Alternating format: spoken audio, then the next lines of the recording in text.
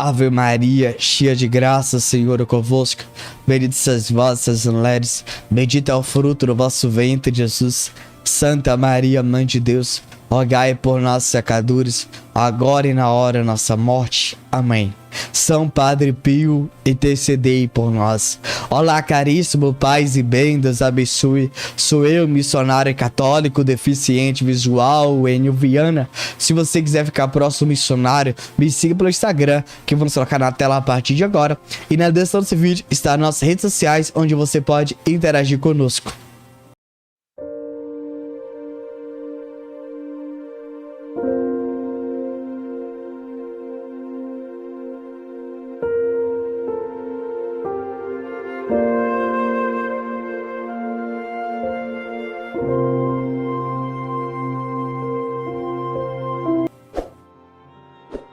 Deus quer agir em nossas vidas como agiu na vida dos santos. Meus irmãos, quando a gente vai falar sobre conversão, existem duas formas que a gente ouve muitas vezes pessoas vivendo. Como assim, Wendy? Vamos lá. Tem pessoas que acham que a conversão é assim, ó. Se converte da noite pro dia. E tem pessoas que saem na igreja, pronto, tá bom. Então existe esse tipo de pessoa. E infelizmente, meus irmãos, parece que ela tendo como ícone, como exemplo, os protestantes. Por que, Wayne? Porque você percebe que os protestantes, ele acha que sempre quando ele vai falar algo de Jesus, o testemunho deles é assim: eu parei de beber, eu parei de fumar, eu parei de trair minha esposa, eu parei de roubar, eu parei de fazer isso, eu parei de fazer aquilo. Agora eu conheci Jesus, minha vida mudou. Então, a gente ouve esse testemunho, esse relato dos nossos irmãos protestantes e achamos que é somente isso, mas não é. Por quê? Porque é muito mais além do que isso. Porque os nossos irmãos protestantes, eles não acreditam na santidade. Eles, quando a gente fala assim, São Padre Pio, Santa Maria, Mãe de Deus, ele diz santo somente Deus. Então eles não acreditam na santidade. Mas nós, católicos, acreditamos na santidade já aqui na terra. Como assim, Wendy? O próprio Jesus diz: sede perfeito como vosso Pai é perfeito. Sede santo como vosso Pai é santo. Então Deus, ele vai mandar uma missão impossível para nós, não. É a primeira coisa, nós temos que entender. Porque Deus não vai nos pedir fazer algo impossível. Não. Existe um ditado popular aí que o povo diz, eu queria usar ela aqui. Vocês permitem? Vamos lá. Você já viu aquele ditado bem assim: Deus manda o frio conforme o nosso cobertor? Você já viu dizer esse ditado popular? Exatamente, irmão. Deus vai mandar uma missão impossível para nós, não? É da mesma forma que as pessoas dizem bem assim: Deus permite a cruz conforme o quanto nós suportamos. Você já ouviu dizer isso? Eu já. Você já? Então eu preciso dizer uma coisa: Deus quer agir em você. Só que o problema é, nós não temos essa consciência disso. Nós temos aquela mentalidade assim: eu tô indo pra igreja, tá bom. Eu tô rezando o texto, tá bom. Eu vou pra missa, comungo, tá bom. Eu estou confessando, tá bom. Mas eu tenho que dizer uma coisa: não tá bom não. Não tá bom não. Não tá bom não. Por quê? Porque não está, querido. Por que não tá? Eu tô indo na missa, eu tô rezando o texto, eu tô confessando, tô comungando. Vamos lá? Meu irmão, você que tá me acompanhando, rezando comigo, você vai entender muito bem o que eu tô falando aqui. Você tá indo no confessionário toda vez por quê? Mesmo pecado. Significa que você tá caindo no mesmo pecado. Significa que você está estagnado, está estacionado. Então tem algo que você ainda precisa converter. Então significa o quê? Meu irmão, pra ficar bem claro pra vocês esse detalhe, presta atenção. É como que você tem uma escada. Você subiu um degrau, não subiu? Exatamente, mas não é só um degrau. Não é. São vários degraus. Nossa conversão é um processo. É aquilo que nós ouvimos alguém dizer, às vezes que a conversão é diária, é contínua, é no dia a dia. Nós temos que combater todo dia, toda hora, ser prudente, vigiar e orar, eliminar pecado e buscar ser virtuoso. É isso. Mas se eu continuo caindo nos meus pecados, significa que eu estou estacionado, significa que eu estou estagnado, estou parado no mesmo lugar. Entende? É aquilo que a gente pode dizer, nós estamos lambendo o nosso próprio vômito. É isso. E aí você vai falar, mas Wayne, então o que eu tenho que fazer? O que é isso? Me explica, Wayne. Você se encontra desse jeito? Sim? Sim. Então fica conosco que eu ainda não comecei a pregar. Só estou te orientando. Meus irmãos, veja bem aqui o negócio. Deus quer agir em nossa vida? Sim. Amém? Como assim, Wayne? Presta, calma, vou te explicar. Presta. Quando você batizou, você recebeu uma graça. Deus infundiu em ti o Espírito Santo. Diga amém. Quando você procura o sacerdote, Deus também infunde em ti teu Santo Espírito. Diga amém. É isso. Então Deus nos concede graça em cima de graça a todo instante, porque Deus quer agir na nossa vida. Só que, como assim, Wayne? Vamos entender. Para começar a pregar, eu tenho que explicar a vocês. Agora, vamos imaginar um cadeirante, certo? Você imagina uma rampa. E o cadeirante tem que subir essa rampa. Só que ele não dá conta. Ele chegou no início da rampa. Somos nós. Isso somos nós. Somos nós que vamos na missa. Somos nós que confessamos. Estamos ali parados, não aguentamos mais subir. Porque eu preciso de alguém para subir a rampa. Nós estamos ali no início. Entende? Nós estamos ali no início. Nós precisamos de ajuda. Você está entendendo? Estou entendendo tudo, hein? O que acontece? Nós estamos querendo a santidade, esforço próprio. E não é isso. Não é isso. Deus quer agir em nossas vidas como agiu na vida dos santos. É isso. Não é isso. Não é esforço próprio. Não é. Não é esforço próprio. Como assim, Wayne? Vamos entender. Então, o cadeirante está ali. Só que tem algo que está disponível próximo dele o tempo todo. Tem um homem, uma pessoa, ele está próximo dele o tempo todo. Se ele chegar assim, ei, me ajuda a subir a rampa. A pessoa pega e... Opa! Subiu. Isso aqui é Deus querendo agir em nossas vidas. Vamos explicar isso aqui um pouco da teologia? Existe a graça atuante, a graça eficaz e a graça habitual. O que é isso aí? A graça atuante, todos nós temos. Todos nós. É aquilo que nós procuramos no batismo. É aquilo que nós confessamos. Eu, você, tem isso. Agora, e essa graça eficaz? A graça eficaz é Deus. É Deus que Ele quer que você pede. Como assim, Wayne? Vou te explicar aqui para que você possa entender. Por exemplo, mamães, vocês vão entender muito bem. Quando a criança está chorando, fala, mamãe, tô com fome, papai, tô com fome, o que vocês vão dar? Comida.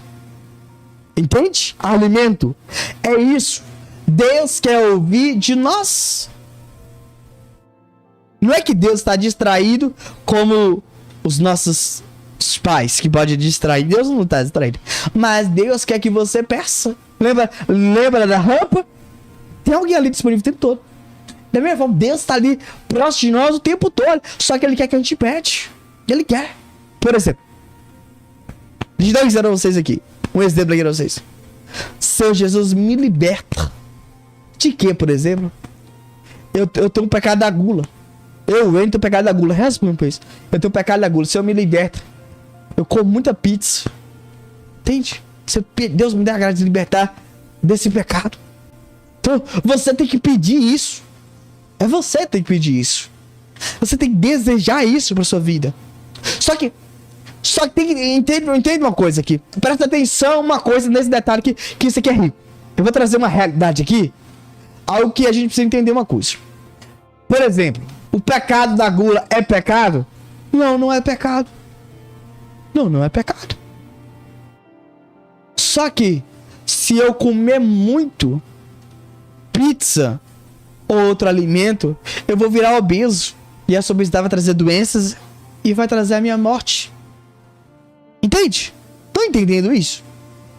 Por exemplo, a gente, meus irmãos, quarta-feira de cinza, sexta-feira da paixão, a igreja convida a fazer jejum, certo? E aí, você tá na sua casa, tem lá um peixe e tem lá uma picanha assada, bem passada. Eita! Você vai dizer, não quero, vou comer o peixe. Entende? Eu quero fazer o jejum, a penitência da igreja. Entende? Porque você ama a Deus. Você escolheu o que é melhor. Você escolheu aquilo que você vai crescer. Só que entenda uma coisa aqui, meus irmãos. A graça eficaz é Deus que age em nós. Então, nós precisamos entender uma coisa. Aí você escolheu o peixe, certo? Só que entenda uma coisa aqui.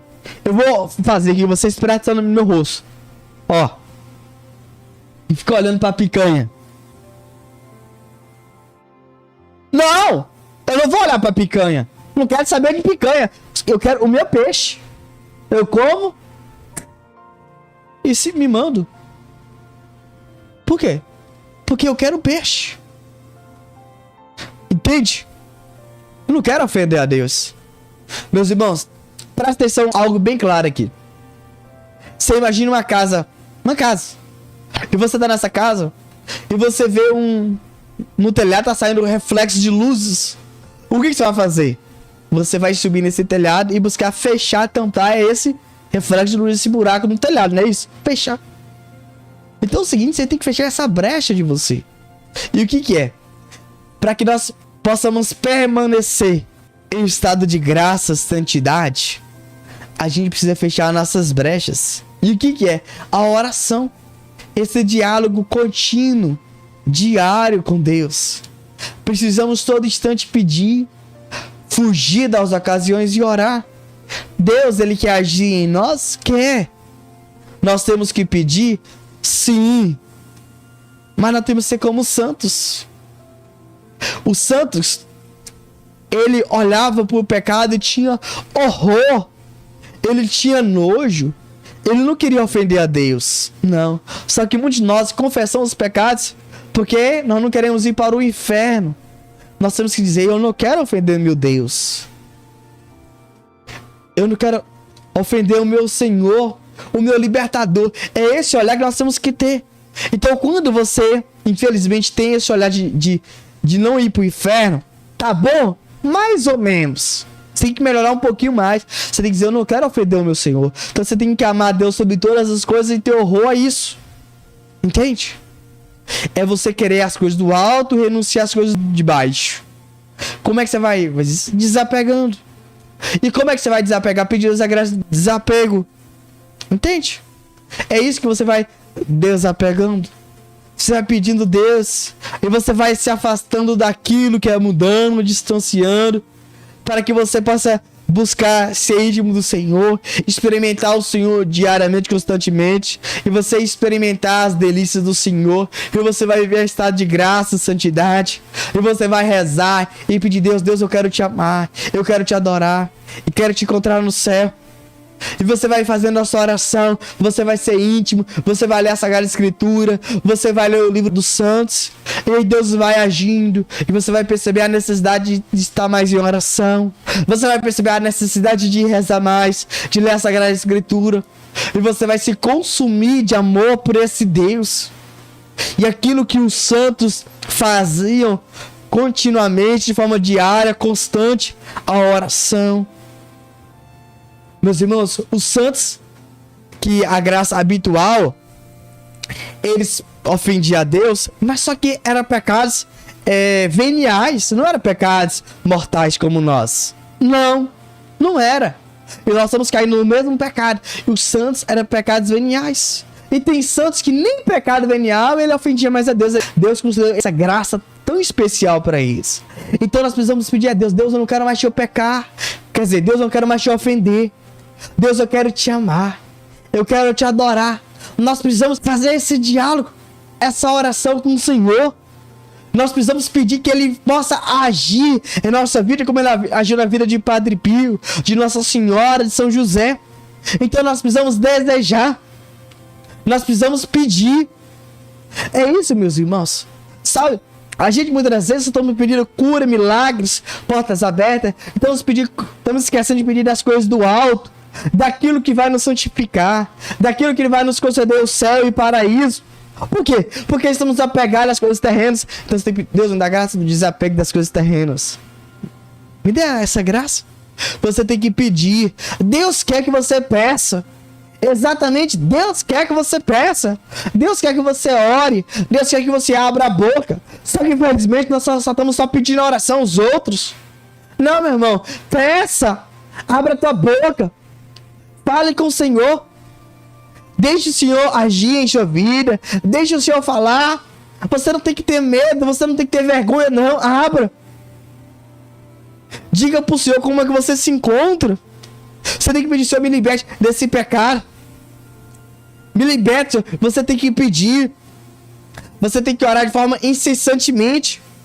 Então faça isso, meu irmão. Você precisa de fato experimentar isso na sua vida. Faça isso. E deixa Deus agir. Deixa Deus tocar. Deixa, meu irmão. Então, a partir de hoje, deixa Deus agir em você como agiu na vida dos santos. Amém? Nós vamos ler um relato, nós retiramos o nosso próprio site. O link está na descrição do nosso vídeo. E também está nas nossas redes sociais, onde você pode interagir com o missionário. Preste atenção nesse relato que vamos ler a partir de agora, por favor. O perfume de Padre Pio anunciava a graça acontecendo. Sobre os perfumes como sinal de afeto, eis o que escreve o jornalista Henrique Malatesta. Padre Pio atrai centenas de milhares de almas e as acompanha diariamente. Mesmo de longe e quando vacilam diante de perigos, lhes faz sentir sua paterna proteção, sua presença com um suave perfume. Homens simples e personalidades ilustres, inclusive chefes de Estado, de cuja palavra não podemos duvidar, juram ter percebido mais vezes esse perfume. Ele o usa para lembrar às pessoas o seu afeto e o compromisso que assumiram com a prática dos sacramentos. É justamente essa fragrância forte e intensa que a maioria dos miraculosos jura ter sentido um pouco antes de receber a graça. Relata a seguir 5 casos de curas precedidos pelo perfume da santidade do Padre Pio. Limitamos-nos ao primeiro. A história foi-lhe relatada pela própria miraculada Maria Rosa Laegeglia.